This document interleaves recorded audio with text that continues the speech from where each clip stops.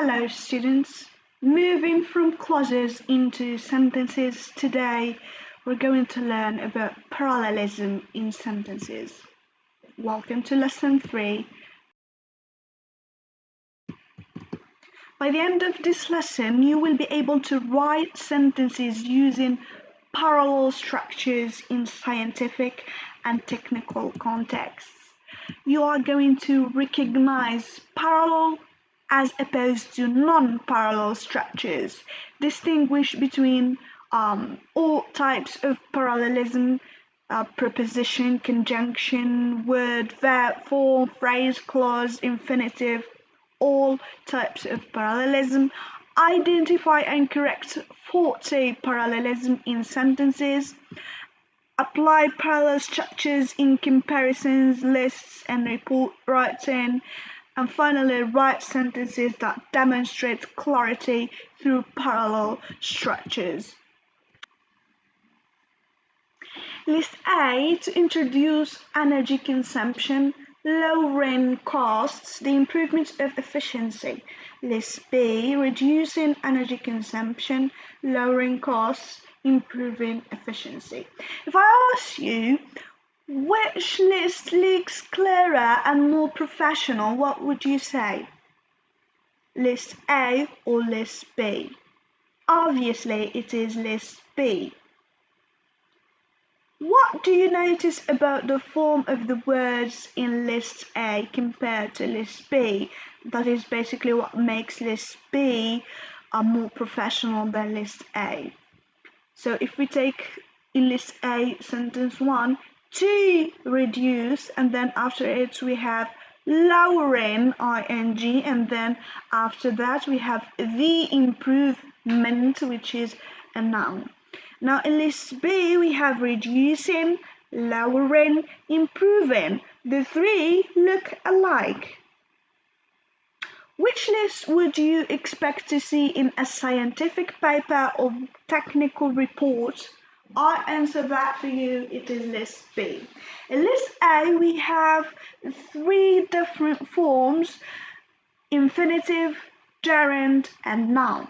In list B, all forms are identical, ing form. In fact, we have only one form.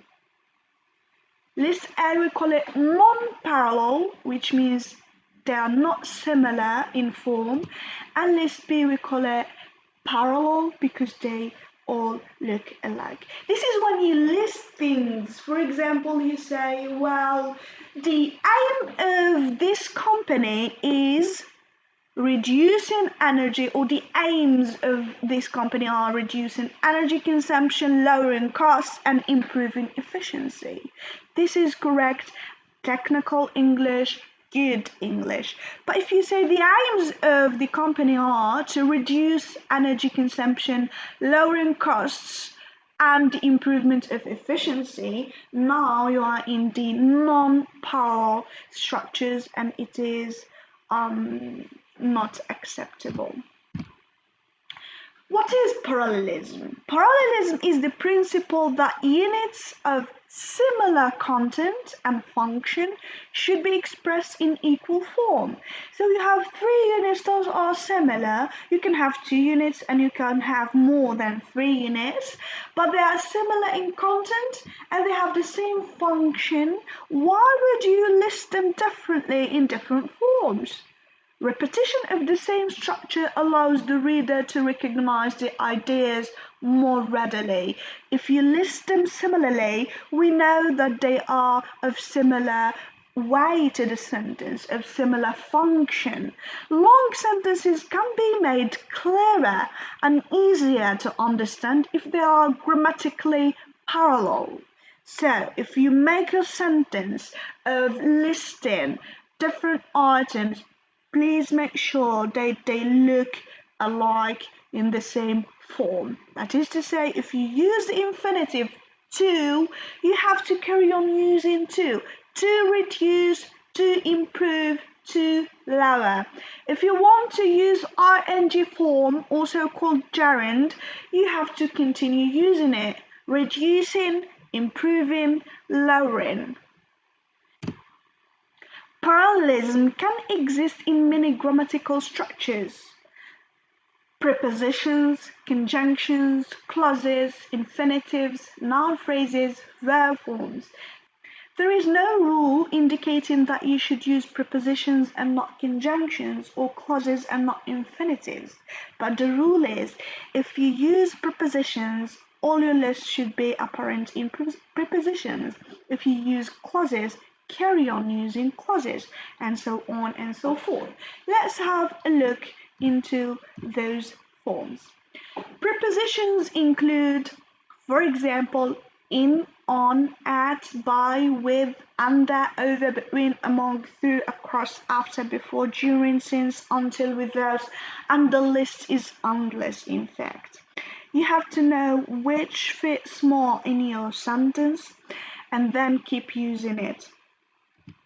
So you cannot say, she is interested in music and for painting. Here it is non-parallel.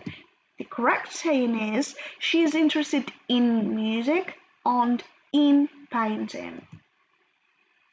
First one is incorrect, second one is correct. Clauses.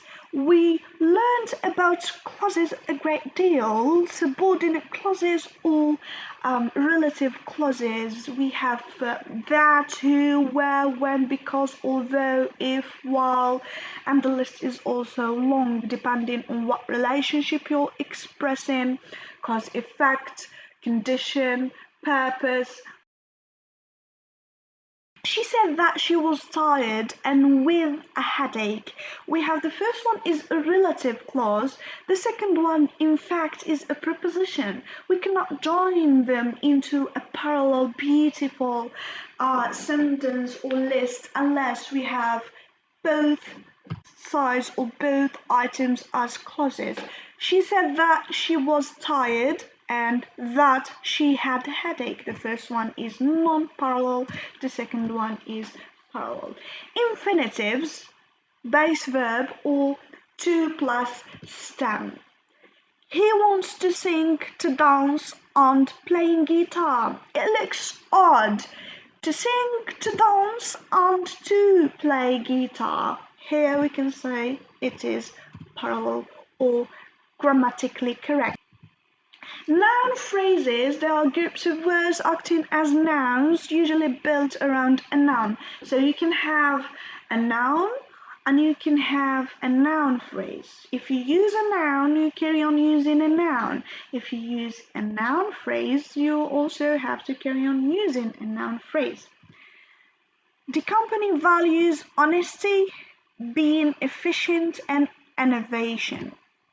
I have to say the company values honesty, efficiency, and innovation. Verb form, ing form, past tense, a past participle, I put them all together to have just one example. If you use the base, like we said, the infinitive, carry on using it. Ing form, the same. If you use the past tense, you have to keep using it. Don't shift from past tense into present tense or vice versa. Past participle also. If you use past participle, you have to use it along the list. She enjoys reading, to cook, and jogs in the morning. It's a whole mess here. She enjoys reading, cooking, and jogging. You can say she enjoys to read, to cook, and to jog in the morning. When items or ideas are listed, we can have two items or more. If it is two items, we can join them only with and. Three or more take commas between them, and then and is placed before the last item. I think this is already used in your sentences, you know, but there's no harm to remind you. Unless the list is open-ended, we have the examples. The professor encouraged students to read widely and to write critically. It is parallel perfect. we have only two items: read widely, write critically. So we join them with and. Now, if we have more, I say the professor encouraged students to read widely, comma, to write critically, and to think independently. So we keep joining with commas, and then the last one we put before it and. If it is, however, open-ended, I can say the professor encouraged students to read widely, to write critically, to think independently, and comma, comma, comma. It is open-ended. We don't know how many items we are supposed to put, so I can have the list open. When it is open, we join them only with commas, and we can have etc. at the end.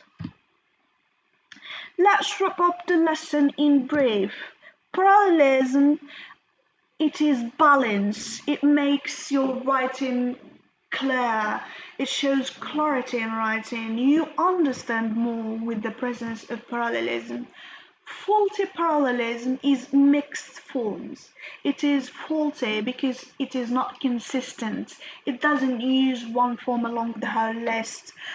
It shifts from preposition to clause to ing form to verb base, a mixture chaos.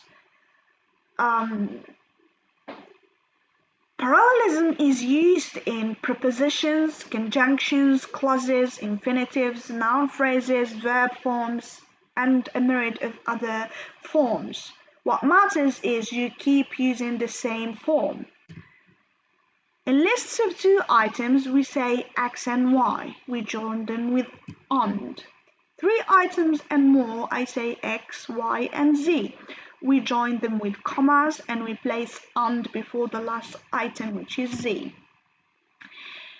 Academic use of parallelism improves comparisons, lists, reports, and descriptions. Use the same grammatical form for professional, clear sentences. From now on, when you write, please make sure that your writing or your lists are parallel to make your writing sound more professional and clear.